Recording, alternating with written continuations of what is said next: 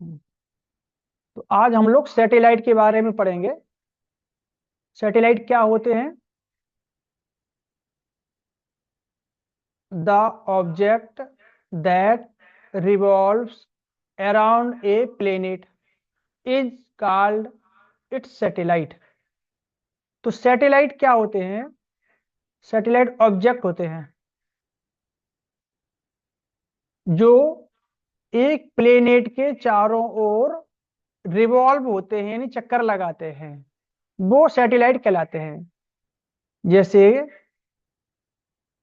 अर्थ एक प्लेनेट है, हमारी अर्थ एक प्लेनेट है। इस प्लेनेट के चारों ओर मून, जो मून होता है ना, चंद्रमा, वो इसके चारों ओर परिक्रमा करता है। यानी कि इसके चारों ओर उसका एक रिवोल्यूशन कंप्लीट होने में 30 डेज का टाइम लगता है। तो ये मून जो हमारे अर्थ के चारों ओर मूवमेंट करता है, इस मून को ही हम लोग सैटेलाइट बोलते हैं।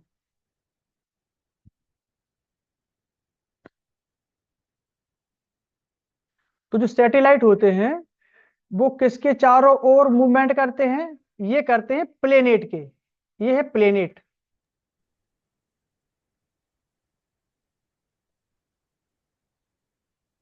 यानी कि प्लेनेट के चारों ओर जो मूवमेंट करे उसको सैटेलाइट बोलते हैं।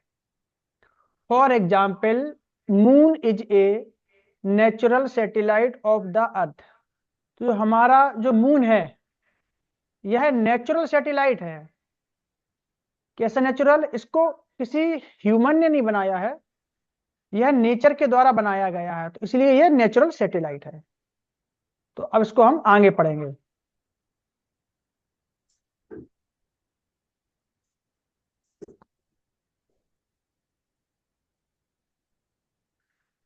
सैटेलाइट जो होते हैं वो बेसिकली टू टाइप्स के होते हैं।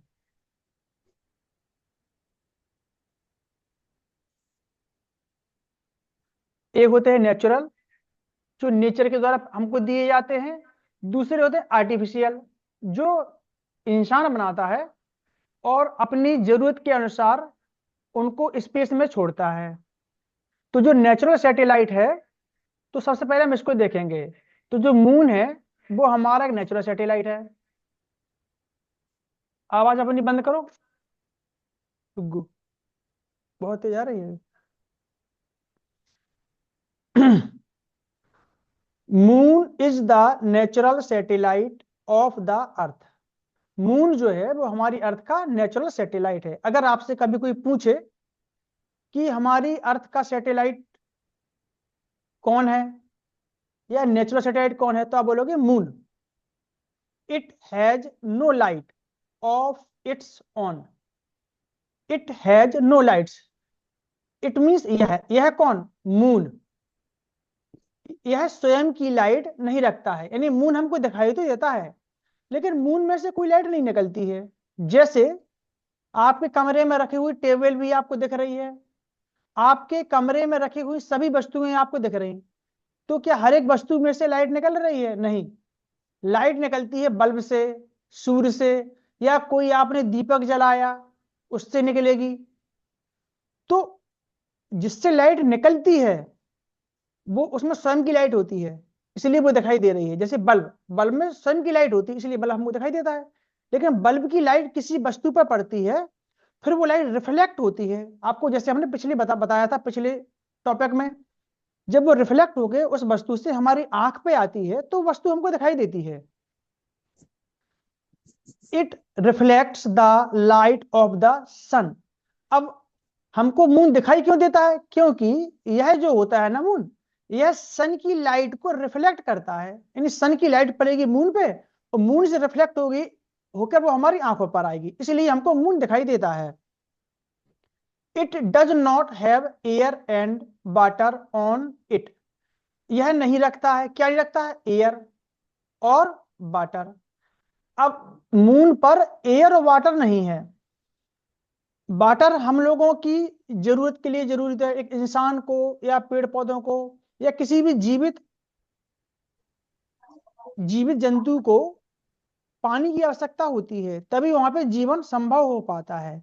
तो मून में ऐसा नहीं है, वहां पे एयर भी नहीं है, क्योंकि एयर होती है तो एयर से क्या होती है, हम लोग सांस वगैरह लेते हैं, लेकिन अगर उसके हम एक अपनी अर्थ से यदि कंपेरिजन करते हैं तो उसमें हमको एयर नहीं मिलती है। So life is not possible on the moon, इसलिए मून पर लाइफ पॉसिबल नहीं है। आर्टिफिशियल सैटेलाइट, अब सैटेलाइट का दूसरा जो टाइप्स है वो है आर्टिफिशियल सैटेलाइट। तो आर्टिफिशियल सैटेलाइट क्या होते हैं? The satellite made by man, in satellite की सबसे बड़ी विशेषता होती है ये इंसानों के द्वारा बनाए जाते हैं और इंसानों के द्वारा ही छोड़े जाते हैं। The satellite made by man are called artificial satellite, artificial satellite कहलाते हैं। अब आपको समझ में आ गया होगा कि नेचुरल सैटेलाइट और आर्टिफिशियल सैटेलाइट क्या होते हैं। तो नेचुरल सैटेलाइट वो सैटेलाइट होते हैं जो इंसानों ने नहीं बनाए, या इसको हम कह सकते हैं कि जो हमको नेचर ने दिए, पहले से ही बने हुए थे। जबकि आर्टिफिशियल सैटेलाइट वो सैटेलाइट होते हैं जो इंसानों ने बनाए हैं और उनको इंसानों ने ही छोड़ा है। अब आगे पढ़ेंगे हम लोग।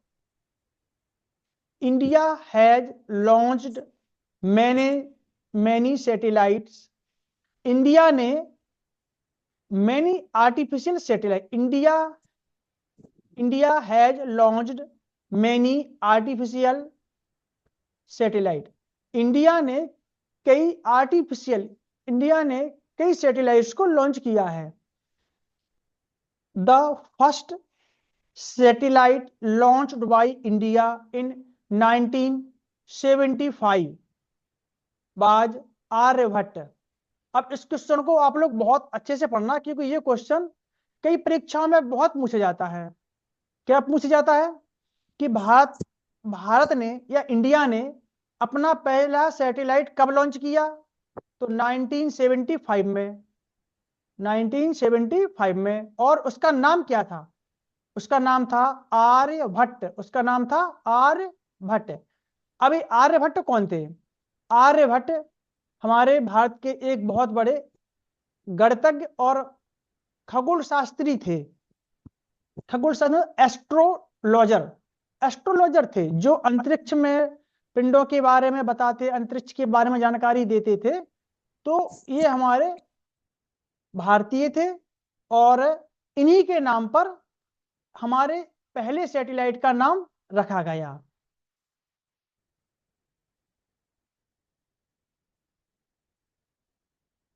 There after India has launched many satellite, thereafter, उसके बाद, यानी कि ये 1975 में जो आर्यभट्ट छोड़ा गया, इसके बाद India has launched many satellite, India ने कई सैटेलाइट को लॉन्च किया।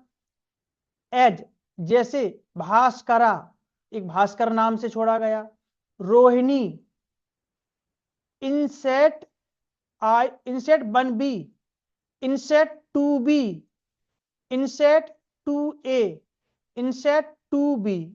अब इसको ऐसे समझो कि इसमें जैसे ही आर्यभट्ट गणितज्ञ थे और एक एस्ट्रोलॉजर टाइप, मत एस्ट्रोलॉजर थे, खगोल शास्त्री थे, ऐसे ही भास्कर ये भी थे। ये प्राचीन भारत में रहने वाले कुछ विद्वान व्यक्ति थे। रोहिणी के नाम से भी छोड़ा गया और इनसेट 1B और 2B। अब इनसेट का मतलब सोचो, इन मीन्स होता है इंडिया और set mean satellite, India satellite, फिर किसी का नाम ना देके इनसेट के नाम से छोड़े गए satellite. INSAT 1B, INSAT 2B, INSAT 2A। तो पहले ए के नाम से छोड़े गए, 2A, 2B, फिर 1B, 1B, ऐसे ही छोड़े गए। अब ऐसे अभी तक बहुत सारे सैटेलाइट हमारे अभी तक छोड़े जा चुके हैं। अब यहाँ पे पढ़ेंगे हम लोग साइड में, Neil Armstrong was the first man who launched, who landed on the moon in 1969। ये क्वेश्चन बहुत आता है, तो इसको सभी लोग पढ़ेंगे। ये आपका एक जीके का क्वेश्चन है कि चंद्रमा पर या मून पर लैंड होने वाले पहले व्यक्ति कौन थे। सबसे पहले कौन व्यक्ति गया जिसने चंद्रमा पर अपना पैर रखा? तो ये थे नील आर्मस्ट्रॉन्ग। नील आर्मस्ट्रॉन्ग कब गए? 1969 में। तो ये आप लोग अपनी नोटबुक में नोट कर लेंगे, ठीक है।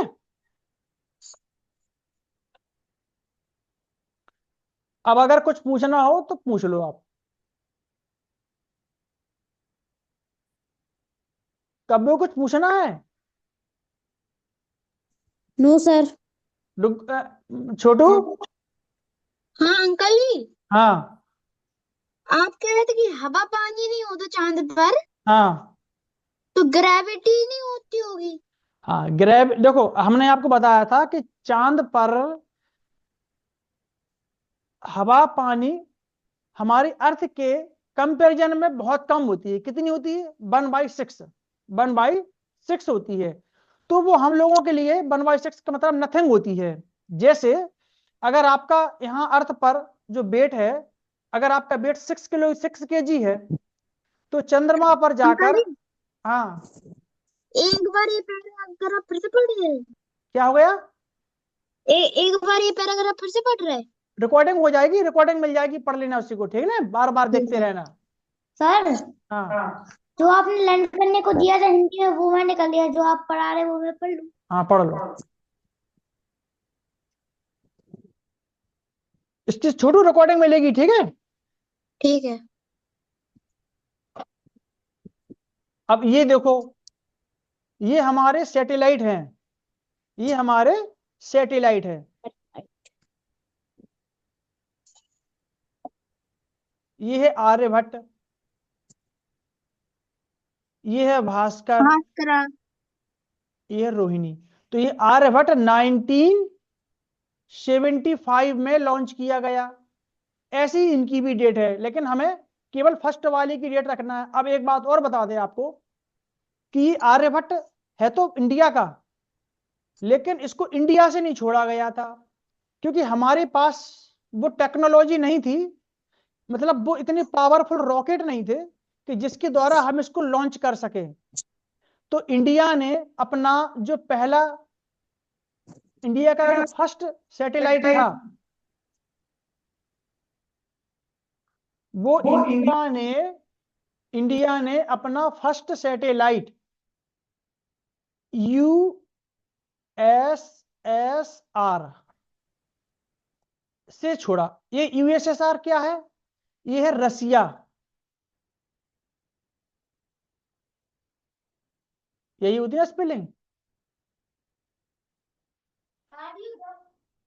सर, हाँ, रशिया की RUSSIE होती, आपने एक एस लगाया, डबल एस और होती।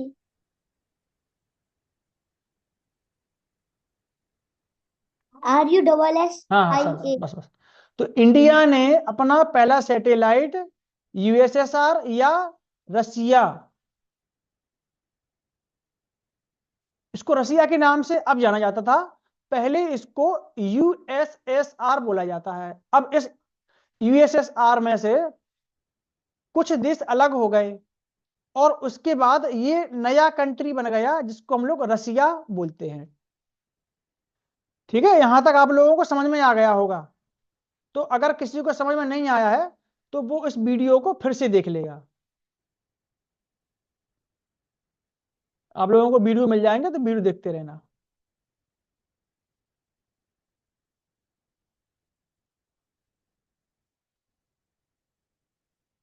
अच्छा, अब हम लोग पढ़ेंगे कि ये जो सैटेलाइट होते हैं, इनका यूज किस लिए होता है, मतलब हम लोग क्यों सैटेलाइट को छोड़ते हैं, ये हमारी किन जरूरतों को पूरा करते हैं।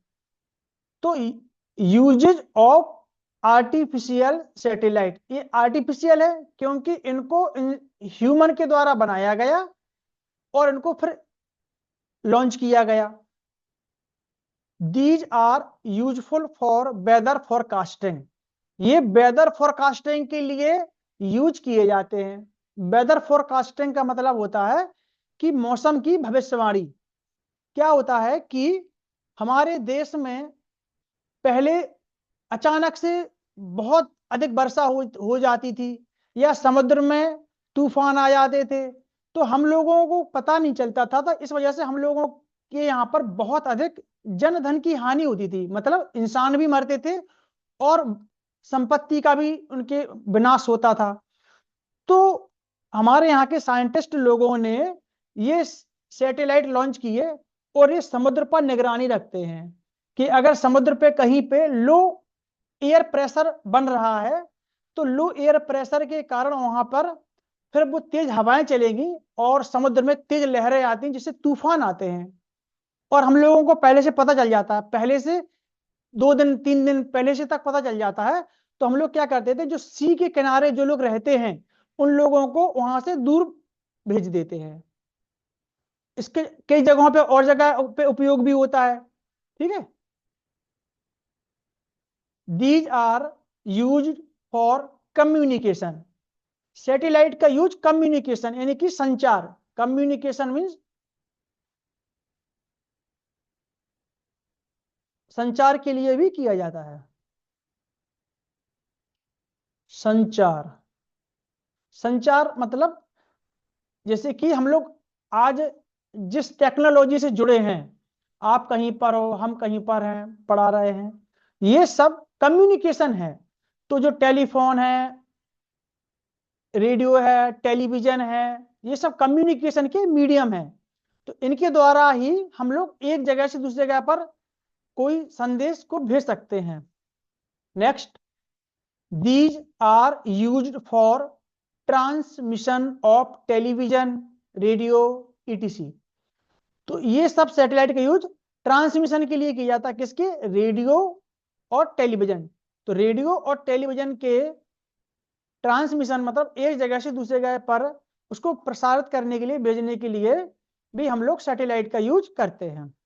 Next, these are also used to collect information about the heavenly bodies in space। heavenly body in space, space means होता है अंतरिक्ष में, स्पेस मीन्स अंतरिक्ष या आकाश में बोल देते हैं हम लोग कभी कभी। तो हमारे अंतरिक्ष में जो जो हेवनली बॉडी होती है, मतलब जो अंतरिक्ष में जो पिंड होते हैं, बॉडी होती हैं, जैसे सैटेलाइट होते हैं, स्टेरॉयड होते हैं, तो उन सब की इंफॉर्मेशन को कलेक्ट करने के लिए भी हम लोग सैटेलाइट का यूज करते हैं।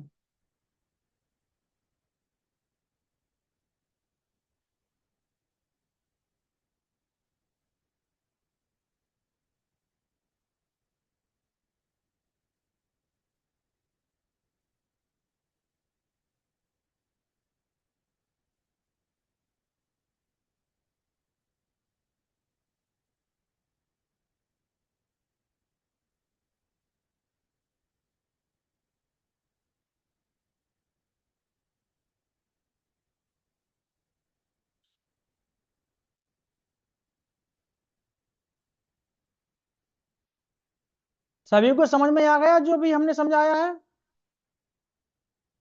माइक ऑन करो। Yes sir. छोटू,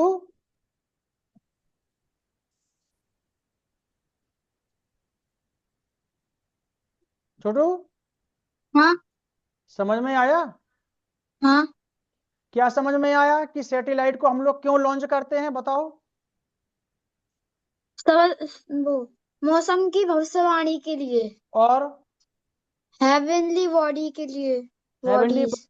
हेवनली बॉडी की जानकारी के लिए। ठीक है, हेवनली जो हमारे स्पेस में जो बहुत सारी हेवनली बॉडी होती है उनकी जानकारी को कलेक्ट करने के लिए भी हम लोग यूज करते हैं। और बताओ।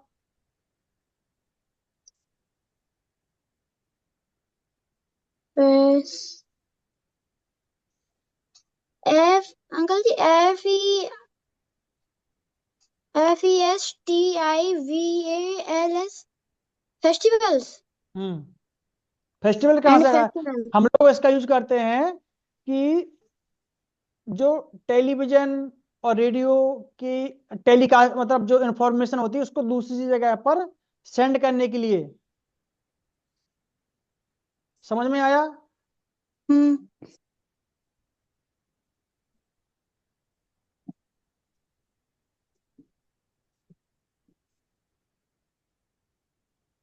अच्छा ये बताओ, सैटेलाइट कितने टाइप्स के होते हैं? 2 टाइप्स के। कौन कौन से? Natural satellite, artificial satellite. Natural satellite कौन होते हैं? जो नेचुरल, हाँ हाँ। जो प्रकृति के द्वारा बनाए हुए। जैसे एग्जाम्पल बताओ कोई। मून। Moon, right. जैसे कि मून जो है वो एक नेचुरल सैटेलाइट है कि नहीं? आर्टिफिशियल हाँ मैन मेड सैटेलाइट। हाँ, मैन मेड सैटेलाइट। जैसे भास्कर, रोहिणी, रोहिणी, आर्यभट्ट। आर्यभट्ट। सबसे हमको आर्टिफिशियल सैटेलाइट में हमको नाम याद रखना है आर्यभट्ट का, ठीक है? हम्म, आर्यभट्ट बोलेंगे क्यों? आर्यभट्ट। हम्म।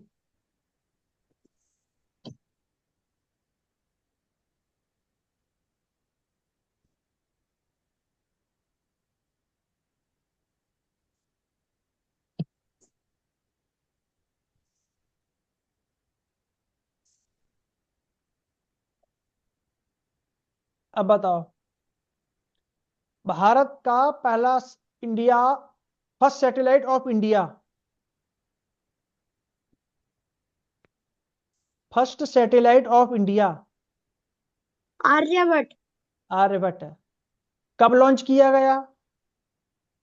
90 हाँ, 1970, 1960 1976 1975, 1975। 5। अच्छा, इंडिया ने अपना फर्स्ट सैटेलाइट कहाँ से लॉन्च किया था? रसिया। रसिया से। गुड। अच्छा ये बताओ कि नील आर्म स्ट्रॉन्ग कौन था? चांद पर पैर रखने वाला पहला मैं आदमी। हाँ, राइट राइट। नील आर्मस्ट्रॉन्ग जो था वो चांद पर पैर रखने वाला या चांद पर जाने वाला फर्स्ट मैन था। ठीक है, समझ में आ गया होगा ये सब? हाँ। कब्बू, समझ में आया आपको? Yes sir.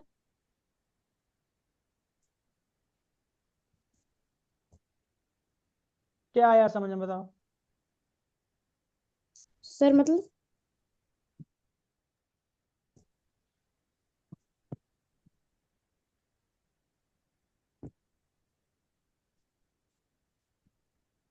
इंडिया ने अपना first satellite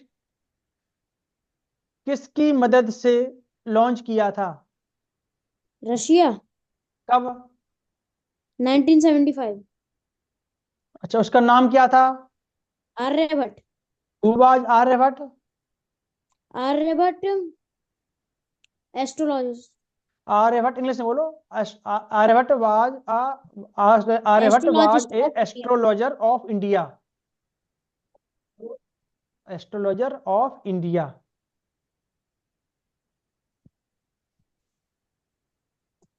who was the first man that landed on moon? Neil Armstrong. When he was landed on moon? 1969। Okay, Chhotu समझ में आया? हाँ। चलो ठीक है। What is satellite? सैटेलाइट क्या है? सैटेलाइट्स। हाँ हाँ, व्हाट इज सैटेलाइट बताओ Kabbu. A heavenly body that a heavenly body that rotates around a planet. That rotate around a planet. तो सैटेलाइट आर, छोटू ऑन करो, ऑन करो। Chhotu, what is satellite? Mike on करो। Satellite is a heavenly body hmm, that revolve around the area around the planet, around the around the plan. planet. पहले satellite किसके चारों ओर movement करते हैं? Planet के। Okay, सो आपको बोलना है कि satellite are the heavenly bodies that revolve around the planet, कि जो प्लेनेट के चारों ओर मूवमेंट करे वही तो सैटेलाइट है ना। Satellite is the heavenly body which rotated around the planet. Okay, how many types of satellite are there. Two types. हाँ, तो there are two types of satellite, there are There are two types of satellite: natural satellite, man-made and satellite. Man made satellite. Give a example, give a example of natural satellite Moon, and artificial satellite. Aryabhat, Bhaskara, Rohini, okay, तो अब हम लोग आगे, etc. हाँ okay, right right, तो हम लोग आगे पढ़ेंगे, ठीक है।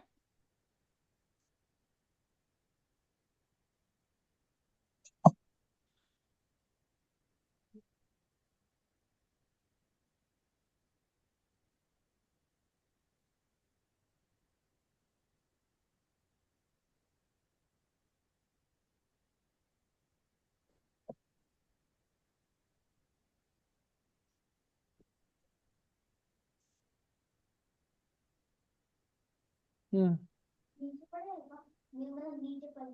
हाँ,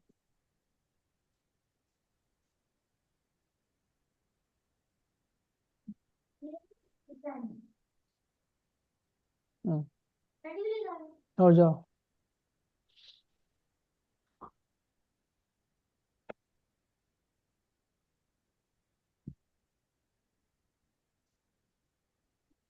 अवर अब हम लोग पढ़ेंगे अवर हेवनली बॉडीज, एक मिनट रुकना।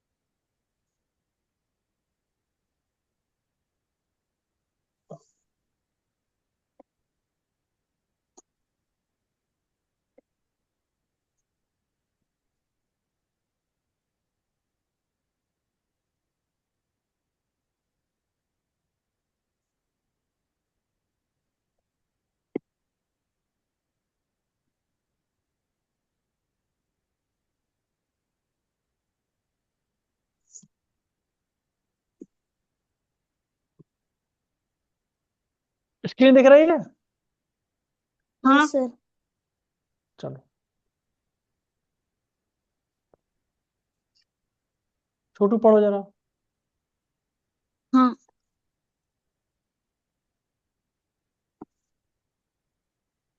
Use of हम्म,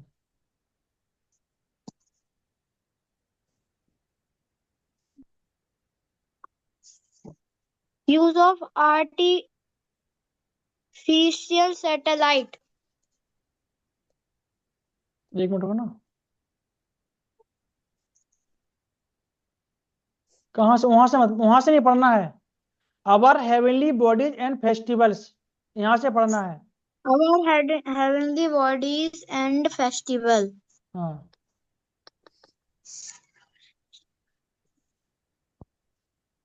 By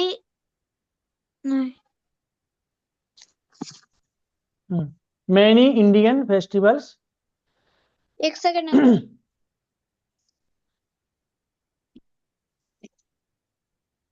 चलो हम पढ़ाते रहेंगे। Indian festivals are linked to the moon, planets, sun, sun, and the seasons, regions. Seasons. इसका मतलब होगा मैनी इंडियन फेस्टिवल्स, बहुत से भारतीय त्योहार, आर लिंक्ड, हाँ हाँ, linked, are linked to the moon, planet, sun and the season. बहुत से भारतीय त्योहार, लिंक मीन्स होता है जुड़े होना, लिंक माना जोड़ना होता है, तो लिंक्ड मीन्स जुड़े होना।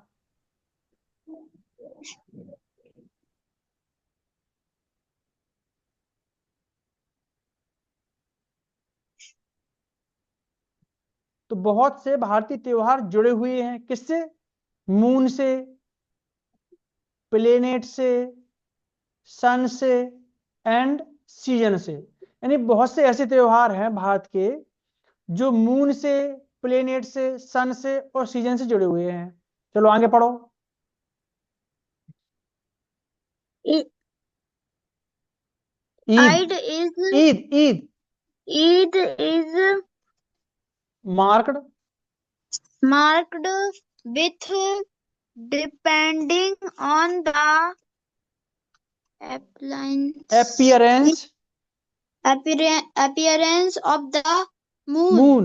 अब देखो, जो ईद होता है ना, ईद का त्योहार, ये मार्क्ड, चिन्हित है, जुड़ा हुआ किससे? With the depending on the appearance of the moon. यह मून के अपीयरेंस से जुड़ा हुआ है। अभी आपको शायद पता नहीं होगा, लेकिन जब आप थोड़े बड़े हो जाओगे तो जान जाओगे कि ईद जब मना, ईद का चांद, ईद मनाई जाती है कब? जब चांद दिखाई देता है। जब चांद दिखाई दे जाता है ना, तो तभी ईद बनाई जाती है। क्योंकि जब जैसे जब अंधेरी रात होती है ना, तो चंद्रमा दिखाई नहीं देता है, तो उन लोगों को क्या होता है कि वो रोजा रखते हैं, रोजा 1 माह का। तो जब जब रोजे के बाद फिर चांद दिखाई देता है, तो जिस दिन चांद दिखाई देगा उसी दिन ईद मनाई जाती है। तारीख से नहीं होती है ईद, चांद के दिखने से ही होती है। अगर चांद एक दिन पहले दिख गया तो ईद एक दिन पहले, चांद एक दिन बाद दिखाई दिया तो एक दिन बाद। चलो आगे पढ़ो, आगे बढ़ो। Holi mark the coming of spring. Spring, देखो अब जैसे एक अपना सीजन है ना स्प्रिंग, तो Holi marks the coming of spring. यानी होली जो है वो स्प्रिंग को चिन्हित करती है, स्प्रिंग के मौसम की जानकारी देती है कि अब आपका स्प्रिंग का मौसम आ रहा है।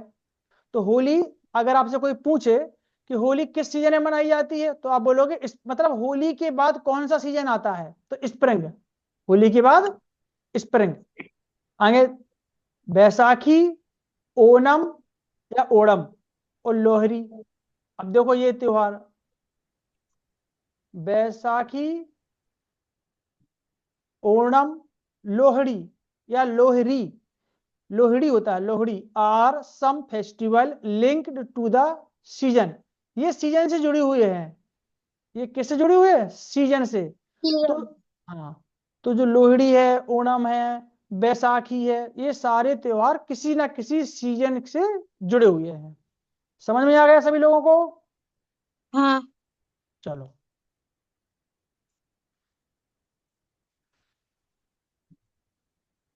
अब इसको थोड़ा रिवाइज कर लें, इसके कुछ पॉइंट है। पढ़ो छोटू। the sun is a sphere, sphere of hot glowing gas. हाँ, तो Glowing gas. सन का जो शेप होता है वो स्फीयर, और ये किसका बना होता है? हॉट ग्लोबिंग गैस से बना होता है। समझ में आ गया? हाँ, ठीक है, नेक्स्ट पढ़ो। The outer layer of the earth is called crust. हाँ, अर्थ की जो आउटर लेयर है उसको क्या कहा जाता है? Crust. क्रस्ट। थर्ड पढ़ो। The part The of the part earth of the earth that receive removes that receive receives sunlight sunlight has has day, many, हाँ, has day, while the other part, of has night. हाँ, other part has night. अभी हमने आपको बताया बताया था कि जब हाँ, हमारी अर्थ जो होती है, जैसे हमारा ये है सन,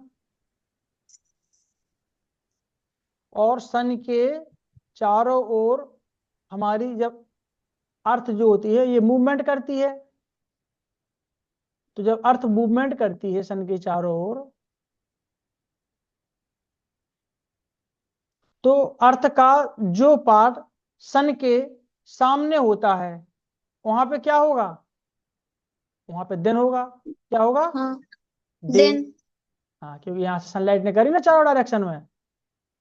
अभी ऐसे, हमारा पार्ट मतलब कि पीछे है। हाँ, हमारा पार्ट अभी हम यहाँ पे आ रहा है पीछे, ऐसे पीछे वाले पार्ट में आ रहा है जहां पे हमारे सन की डायरेक्ट सन रेज नहीं पड़ रही हैगी।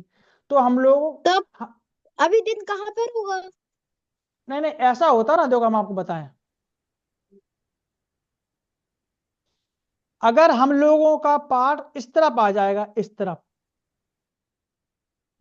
आ गया समझ में, तो हम्म, यहाँ पे दिन होगा ही नहीं, यहाँ पे क्या होगी? नाइट। क्या होगी? नाइट। लेकिन ऐसा तो नहीं है कि हमारे हमारे यहाँ पे सन नहीं निकल रहा हो, सन तो निकल नहीं रहा है, लेकिन कम समय के लिए निकल रहा है। तो हम लोग अभी यहाँ पे हो सकते हैं, यहाँ पे आ गया समझ में, या यहाँ होंगे, हाँ, जिससे धूप भी कम और रात भी नहीं हो रही, मतलब दिन छोटे छोटे हो रहा है। ठीक है, आ गया समझ में। हाँ। चलो आगे पढ़ो। द The रीजन, हाँ, near the equator, gets the same amount of sunlight all the years round, all the year round. Round.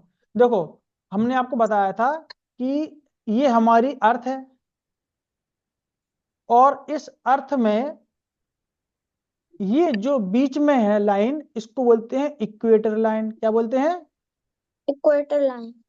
इस इक्वेटर लाइन के दोनों ओर पूरे ईयर, यानी राउंड द ईयर या ऑल ईयर, यहाँ पे सन की रेज बराबर पड़ती हैं। ठीक है, तो यहाँ पे क्या होता है कि यहाँ पे डे, यहाँ पे क्या देखो क्या लिखा है कि the region near the equator gets the same amount of sunlight all the year, यानी कि सनलाइट की सेम अमाउंट, सेम अमाउंट मिलता है यहाँ पे। कभी जैसे हम लोगों के यहाँ पे क्या होता है कि गर्मियों में दिन बड़े होते हैं और रात छोटी हो जाती है, सर्दियों में क्या होता है कि रात बड़ी और दिन छोटे। अभी रातें बड़ी है कि नहीं है, और दिन हाँ, छोटे हैं। 6 बजे से रात होने लगती है कि नहीं होने लगती है? हाँ, ठीक है, और गर्मियों में 7:30 बजे तक रोशनी रहती है। लेकिन जो ये इक्वेटर लाइन पे जो यहाँ पे जो कंट्री स्थित होंगे, यहाँ पे पूरे वर्ष डे और नाइट बराबर होते हैं। यहाँ पे डे और नाइट बराबर होंगे, यहाँ पे सेम, यहाँ पे क्या, same amount of sunlight all the year, यहाँ पे पूरे वर्ष में एक समान दिन और रात होते हैं। ऐसा नहीं है कि कभी दिन बड़े, कभी रात, रात बड़ी हो जाती, ऐसा नहीं होता। यहाँ पे जो इक्वेटर लाइन होती है, इसके दोनों ओर कुछ डिस्टेंस में डे और नाइट आपका ये सेम होता है। समझ में आया? हाँ। चलो आगे पढ़ो।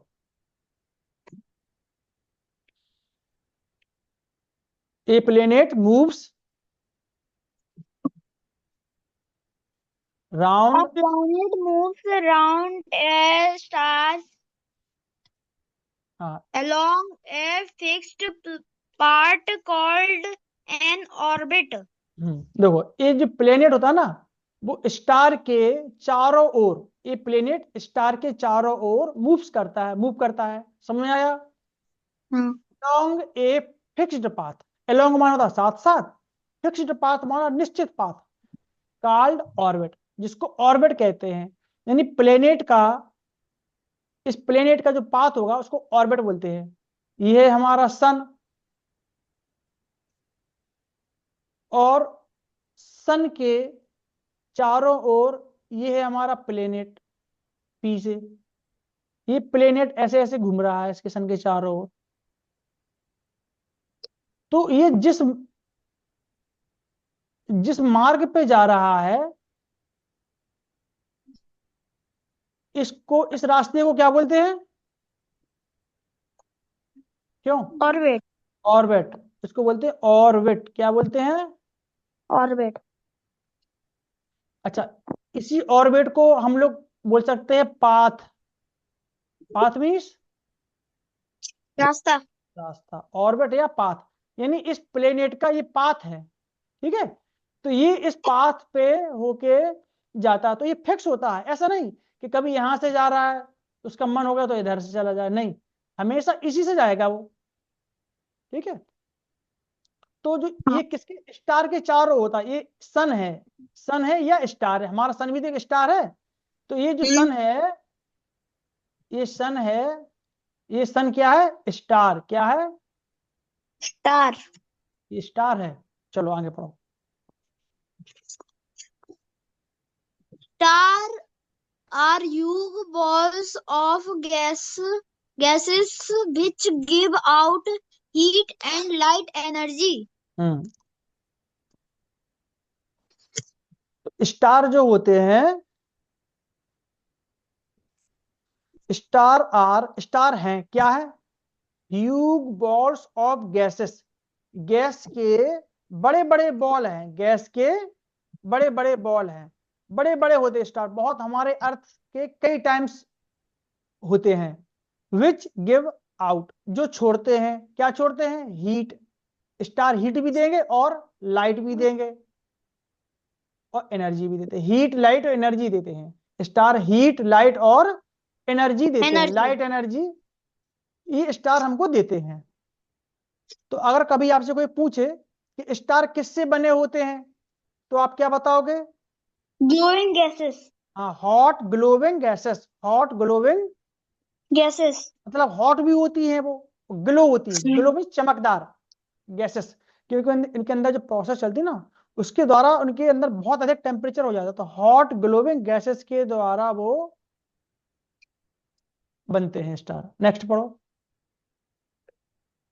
Moon is the natural sunlight on the earth. Natural satellite. Moon is the natural satellite of the earth. Earth. समझ में आ गया? हाँ। चलो आगे पढ़ो। The first satellite launched by launched, launched India. नहीं, लॉन्चेड नहीं, Launched launched by India in 1975। 1950 1975 1975। was Aryabhat. हाँ, तो आर्यभट्ट था। कौन सा था? Aryabhat. आर्यभट्ट। हाँ, नेक्स्ट पढ़ो। The artificial artificial satellites are also used to call, collect collect information about the heavenly body to of space. Space, of space. तो जो आर्टिफिशियल सैटेलाइट होते हैं, सर कोई कैमरा नहीं खोला? कौन बोल रहा है? सर मैं हाँ, तो कैमरा नहीं खोला। कैमरा खोल रहे हैं, खोल लो अपना कैमरा। खोल, वो काव्यांश थोड़े कुछ ले रहे हैं, खोल रहे हैं कैमरा। तो artificial satellite are also use to collect. Collect means क्या होता है? लेना। इकट्ठा करना या लेना, इकट्ठा करना। कलेक्ट कर रहा है, कलेक्ट मीन्स इकट्ठा कर रहा है। जैसे, जैसे क्या होता है कि जब भी कोई कार्यक्रम होता है, देवी जी रख रहे, तो बच्चे क्या करते हैं? पैसे कलेक्ट करते हैं सभी लोगों से, किसी से 50, 100, 500 ऐसे रुपए कलेक्ट करते हैं। और उन रुपए को कलेक्ट करने के बाद फिर अपने जो भी उनको कुछ करना होता है वो कलेक्ट की करके उसको उसमें यूज करते हैं। तो हम लोगों को जो हेवनली बॉडी होती है ना, जो अंतरिक्ष में जो बॉडी होती है, उन हेवनली बॉडी के बारे में हमको कुछ इंफॉर्मेशन चाहिए। क्या इंफॉर्मेशन? कि वहां पर पानी है या नहीं है, एयर है या नहीं है, उस हेवनली बॉडी में कौन कौन से मेटल हैं। तो हम लोग इसको देखते हैं, वाटर देखते हैं, एयर के बारे में जानकारी करते हैं, वहाँ के एटमॉस्फेयर के बारे में जानकारी करते हैं, वहाँ का एटमॉस्फेयर क्या है, उसके एटमॉस्फेयर में कैसी गैसें हैं। ठीक है, इन सब चीजों की जानकारी करने के लिए भी हम लोग आर्टिफिशियल सैटेलाइट का यूज करते हैं। समझ में आ गया? हाँ। अब कुछ पूछना तो नहीं है इसमें? नहीं। नो।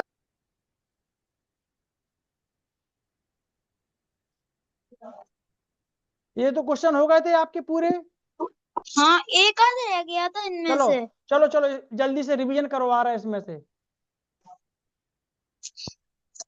छोटू कैमरा ऑन करो। छोटू बताओ, which of the which of these is the only planet in the solar system on which life exists? Earth. अर्थ।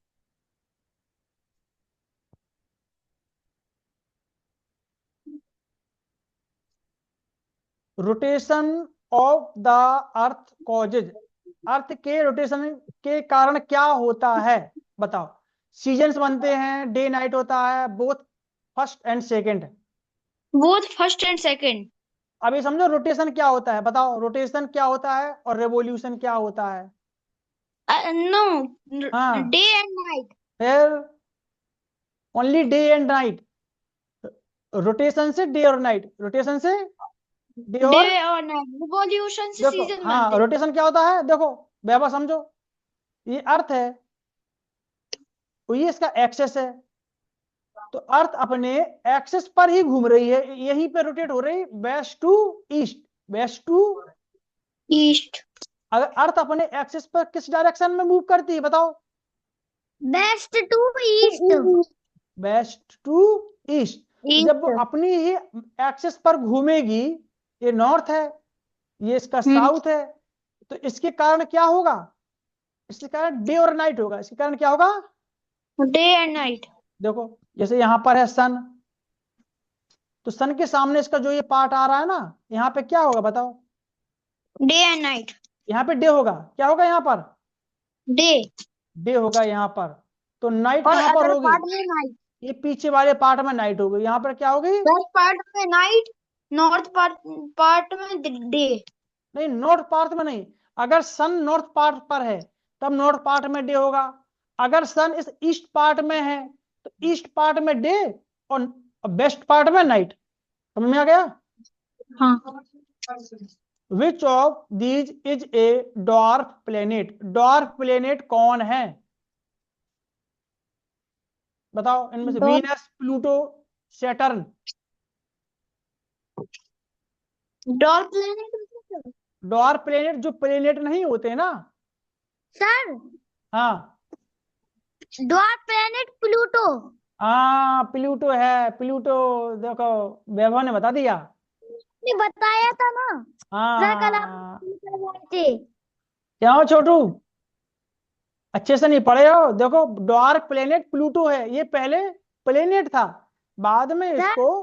हाँ छोटू भैया के पास तो बुक भी थी फिल हाँ करने के लिए। हाँ हाँ, लेकिन मेरे छोटू भैया ने, हमने छोटू भैया से कहा था एक्सरसाइज अपने नोटबुक में लिख लेना। तो आपको कैसे लिखना है? विच of these is a dark planet, और डैश लगा के इसका आंसर लिख दो बस। लिख लोगे छोटू? हाँ।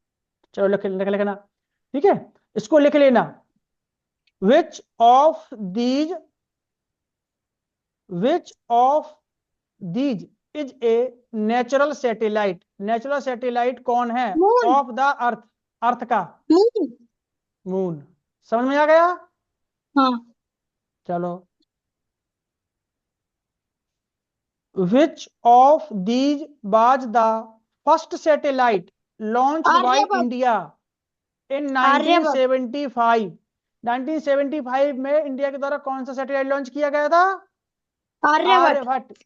कहां से? हम्म, रसिया से। रसिया से। कहां से? रसिया। रसिया से। ओके। चलो, अब इसके हम फिल इन द ब्लैंक्स पढ़ेंगे।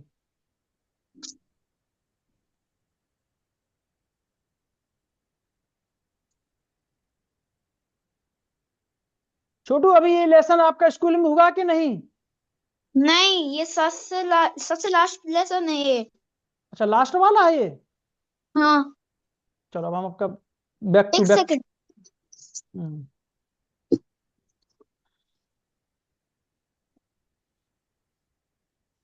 ये लास्ट ही लेसन है। अच्छा, ठीक है, चलो। अब इसको हमको फिल करना है। Fill in the blanks. इसको करेंगे। इसमें क्या क्या हम लिखा? पढ़े। नहीं नहीं। कोर, अर्थ, आर्टिफिशियल, सीजन्स और सन। इसको फिल करना है। तो फर्स्ट वाला था द, फिर blanks, is the centre of the solar system. Solar system का सेंटर क्या सन। है? क्या सन। है? सन। क्या है वैभव? सन। सब आता है कि नहीं आता है आपको? सर आता है। हाँ, तो सोलर सिस्टम का जो सेंटर में सन है, क्या है? सन। सन। सन। द, खाली जगह, is the only planet in the solar system. Solar system में ओनली प्लेनेट है, केवल एक प्लेनेट है, ओनली मीन्स एक, ऑन विच लाइफ एग्जिस्ट, जिस पर लाइफ है। अर्थ। अर्थ। अर्थ ही है एक प्लेनेट। टोटल प्लेनेट कितने हैं? 8। कितने प्लेनेट है टोटल हमारे सोलर सिस्टम में? एट। 8। उन 8 में से किसी पे भी, मतलब केवल अर्थ पर ही लाइफ एग्जिस्ट करती है। अर्थ पर ही जीवधारी रहते हैं। बकाया सभी प्लेनेट पर कोई भी जीवधारी नहीं है। समझ में आ गया? हाँ। चलो, थर्ड क्वेश्चन। अपने अपने मन में पढ़ो। दिस इज द मन में, इम्पोर्टेंट मन में, पार्ट मन ऑफ में पढ़ो। अर्थ।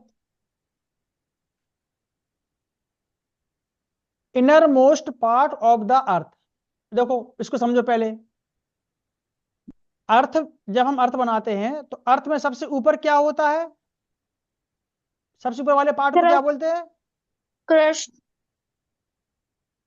CRUST। क्रस्ट के बाद?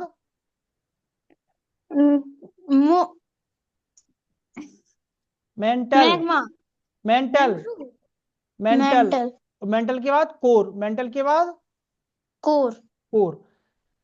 तो अब कोर के 2 पार्ट होते हैं। कोर के कितने पार्ट होते हैं? दो। 2 पार्ट होते हैं कोर में। एक एक ऊपर वाला, आउटर एक कोर, नीचे इनर वाला। कोर। तो ऊपर वाले को बोलते हैं आउटर कोर। और इनर कोर। ये सबसे नीचे होता है अंदर, इसको बोलते हैं इनर कोर।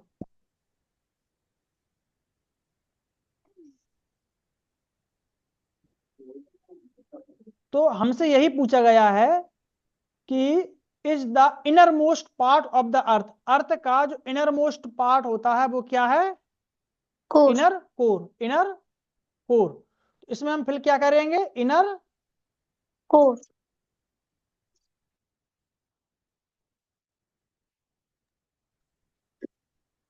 फोर्थ वाला पढ़ो। The revolution of the earth causes season. हाँ, the revolution of the earth. Earth क्या रिवोल्यूशन? रिवोल्यूशन के कारण क्या होता है, बताओ डुग्गू? सीजन्स। तुमको अब हाँ, चलो, डुग्गू को बंद है। तो अर्थ के रिवोल्यूशन के कारण सीजन्स होते हैं, रिवोल्यूशन और टिल्टेड एक्सेस के कारण। नेक्स्ट पढ़ लो। the satellite made by man is called artificial आर का satellite. आर्टिफिशियल।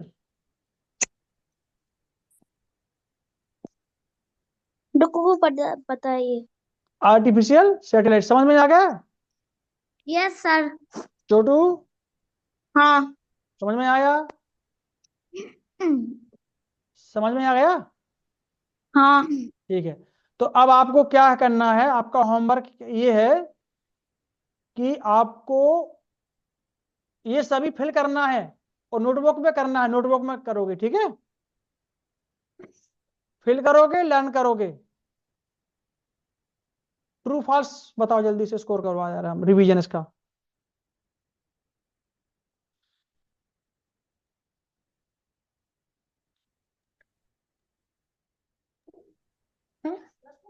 ना छोटू the earth is the center of solar system. हाँ बताओ, अर्थ सोलर सिस्टम का सेंटर है? False. फॉल्स। नेक्स्ट बताओ, rotation, Revolution rotation change rotation rotation है। rotation causes day and night on the earth. True. हाँ, rotation के कारण day और नाइट होते हैं, ये ट्रू है। Planet, Planets have no light and heat of their own. हाँ True. ट्रू, इसमें स्वयं की नहीं होती है। स्टार्स पढ़ो।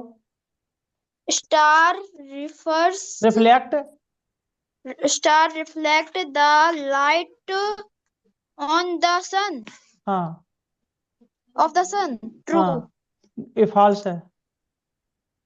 क्यों, बताओ बताओ बताओ क्यों है फॉल्स ये? स्टार तो स्टार क्यों रिफ्लेक्ट करेंगे? स्टार में तो लाइट खुद की होती है ना, हाँ स्टार रिफ्लेक्ट करेंगे?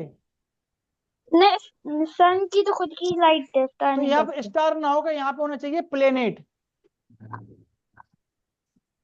क्या होना ये चाहिए? गलत है। यहाँ पे प्लेनेट होना चाहिए। प्लेनेट करते हैं लाइट सन की रिफ्लेक्ट, कौन करते हैं? प्लेनेट करते हैं प्लानिट। ना। हाँ और वो लिख रहा है स्टार रिफ्लेक्ट। स्टार क्यों रिफ्लेक्ट करेंगे? स्टार में तो सन की लाइट होती है ना। हाँ। बस इसलिए ये फॉल्स है। चलो फिफ्थ नंबर का पढ़ो। सिक्स्थ, हाँ, सिक्स नहीं, fifth. Artificial satellite are used for for weather forecasting. Weather forecasting. बताओ फॉल्स है कि ट्रू? ट्रू है। ट्रू है ये। आर्टिफिशियल सैटेलाइट का यूज ही वेदर फोरकास्टिंग के लिए किया जाता है। मौसम, वेदर फोरकास्टिंग का मतलब होता है मौसम की भविष्यवाणी। मौसम की भविष्यवाणी, मौसम की भविष्यवाणी। हाँ, आर्टिफिशियल वेदर फोरकास्टिंग, मौसम की भविष्यवाणी। चलो इसको बताओ, इसको जल्दी से थोड़ा और करो फिर अपने।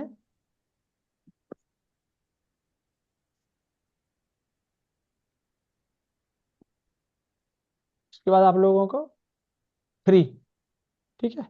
चलो बताओ जल्दी से, मैच करो।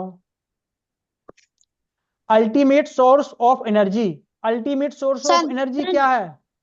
सन। सन। हाँ चलो अब और बताओ, नेक्स्ट पढ़ो। Outer layer of the earth, crust. Crust. हाँ आगे पढ़ो। Revolution of the earth causes day and night. Season. Season होते हैं रेवोल्यूशन से। चलो नेक्स्ट पढ़ो। कॉन्स्टेलेशन, हाँ उर्सा मेजर। हाँ, कॉन्स्टेलेशन है Ursa Major. Constellation is Ursa Major. Artificial satellite Bhaskara and Rohini. हाँ, आर्टिफिशियल सैटेलाइट होता है भास्करा एंड रोहिणी। रोहिणी। समझ में आ गया? हाँ यस। चलो अब छोटू, इसके क्वेश्चन तुम्हारे कितने रह गए? सभी हो गए?